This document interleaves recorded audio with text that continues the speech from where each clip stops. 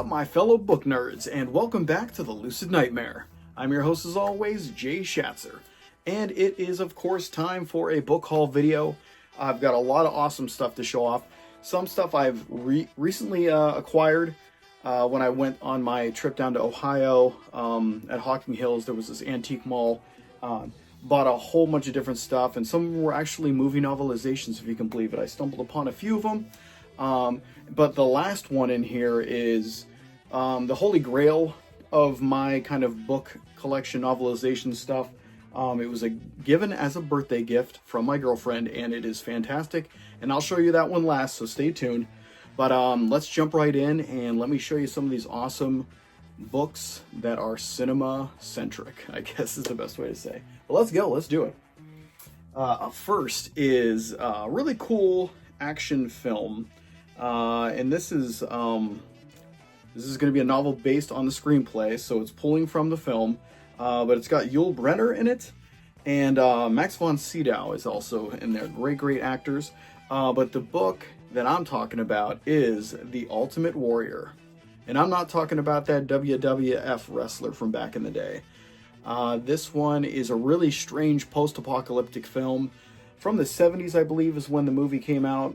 It is interesting, low budget, but it does have a really strange world in it, and the Yul Brynner character is just kind of this lone, it's almost like a spaghetti western, or a western where a guy comes into town. It's really interesting. It's gonna be something you have to hunt down and check out. I might actually even have time if I, maybe put a video out for the actual movie, because I don't think I've done that on this channel yet. But it's a really cool flick, and I'm really interested to see what the screenplay, if it has any kind of differences from the movie. But yeah, this one's a really cool edition here with the says novel by Bill S. Bollinger, based on a screenplay by Robert Klaus. So cool, and I love that artwork on there. Just really cool stuff. Hide my face so you can see it more in focus. But love it to death. Really cool stuff.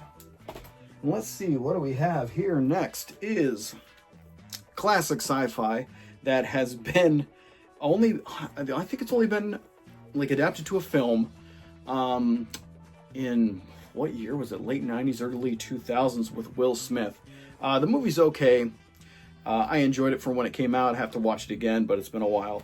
But this is Isaac Asimov's I, Robot, and this is a really classic edition right here. I actually have one that's based off the Will Smith movie with him on the cover, but this is the original novel, and I really wanted to pick this one up just because I love the illustration here. It's just so strange and unusual, and a far-fetched from what the actual movie looked like. So yeah, I want to give it some respect and check it out and see what it's all about in the original form. But cool, classy cover and book. But yeah, that's it for that one.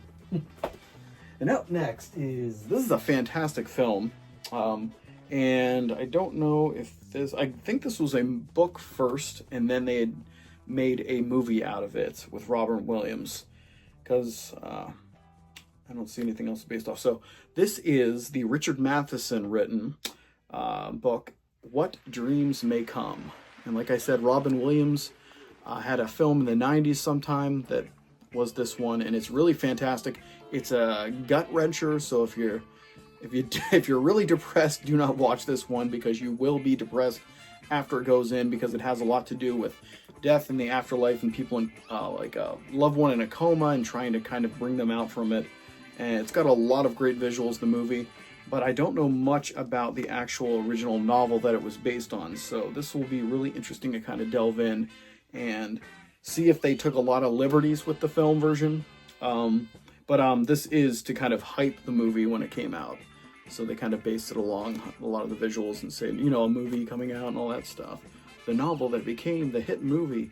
But yeah, I picked this one up out in the wild sometime. I can't even remember where, but grabbed it right quick in a hurry because it is an interesting film, and didn't really realize that Richard Matheson, the guy behind I Am Legend, did this one. So it's kind of interesting because it's more of a romantic kind of story, even though there are some kind of like otherworldly, ideas in it. but it's grounded in kind of a love between a husband and a wife. At least the movie, so I don't know about the book. But cool find out in the wild. But up next is a classic crime flick with Al Pacino, and what more can you say about this one? That it's just fantastic. But this is the novel by Paul Monette. So I don't know, it was based on the screenplay. So let's say this is Scarface, the movie novelization. The Oliver Stone flick that is absolutely fantastic. A classic film that there's so many quotable lines in it. Al Pacino does an amazing job in the central role of Tony Montana. And this one is based on a screenplay by Oliver Stone, and it's a novel by Paul Monette. But I do have this, I have another version of this one, but I picked this one up at they have this Great American Book Sale or whatever every summer in like June or July or something like that, and that's when I went and picked it up. But yeah, it was pretty cheap, and I didn't care if I already owned a copy. This is a different cover, so grabbed it right away. And one of these days I'll sit down and read this. It's a pretty thick book for 311 pages. So I don't know what they added or what to the story, but it'd be interesting to kind of see the complete story based on the screenplay. But that's Scarface. Let's roll into the horror genre here with a Stephen King movie, or Stephen King book that eventually was put into film form. This one I picked up at the Antique Mall. I believe that's where I got it, or Half Price. It might have been Half Price Books in Ohio. But it's Stephen King's Christine. And there's a funny, I did not really see Christine until maybe 6 or 7 years ago for the first time. I've always put it off. I never wanted to watch it just because I had this thing where I did not want to watch movies that had inanimate objects that came to life.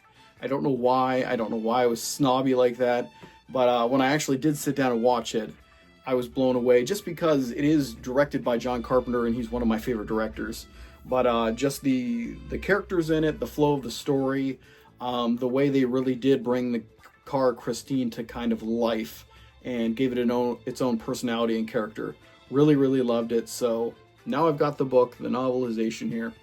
The novel Christine by Stephen King, and one of these days I will read it and see what they have that's different. But yeah, it looks like there's a lot. I was reading the back. There's a backstory before we even see it in the movie of like the history of the car looks like. But cool stuff, Christine. And next, this one I actually found at, I think at Half Price Books over the weekend.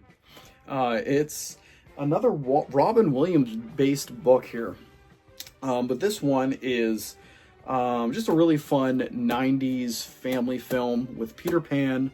And a nice little twist of it is that Peter Pan is an adult, doesn't remember being Peter Pan, so then he goes to Neverland and has to remember it all over again. You've seen the film. It's a classic. It is Hook.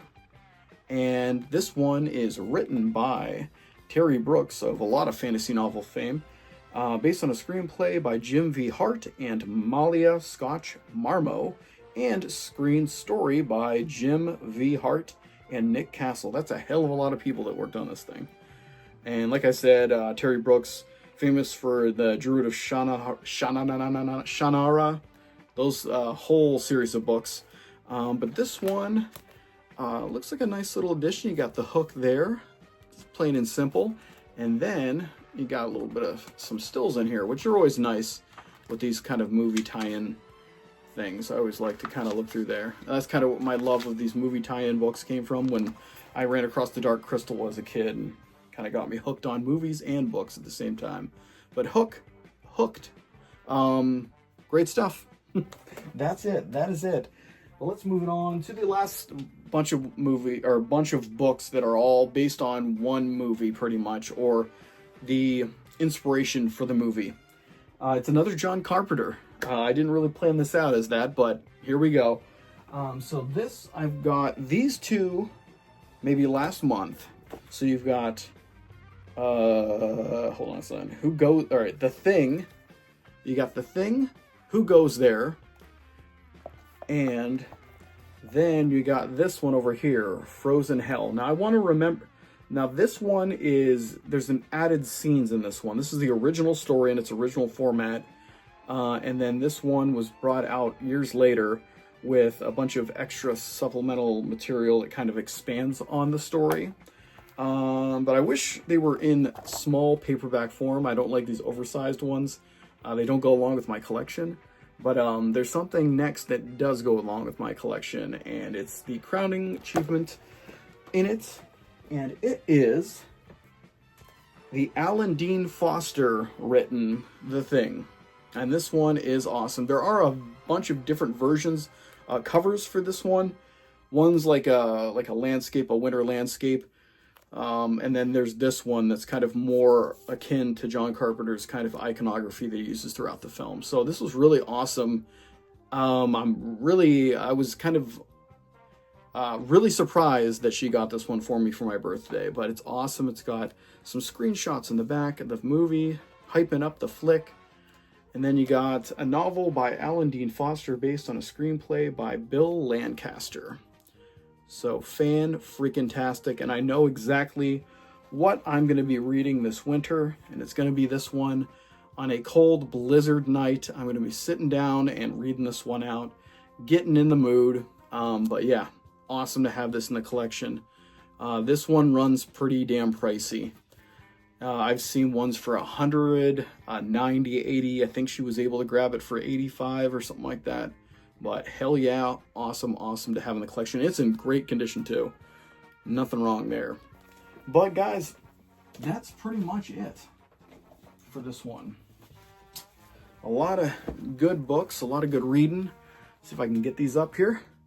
But cool stuff all around with like my movie haul videos, a lot of different genres in there. Love to mix it up. But that is it. Hopefully you liked that one. Hopefully you saw some you want to pick up for your nerdy little self and sit down and read a book. But that's it. So if you like it, like and subscribe, comment, because I love hearing from you guys. And I will see you at the next Lucid Nightmare. See ya.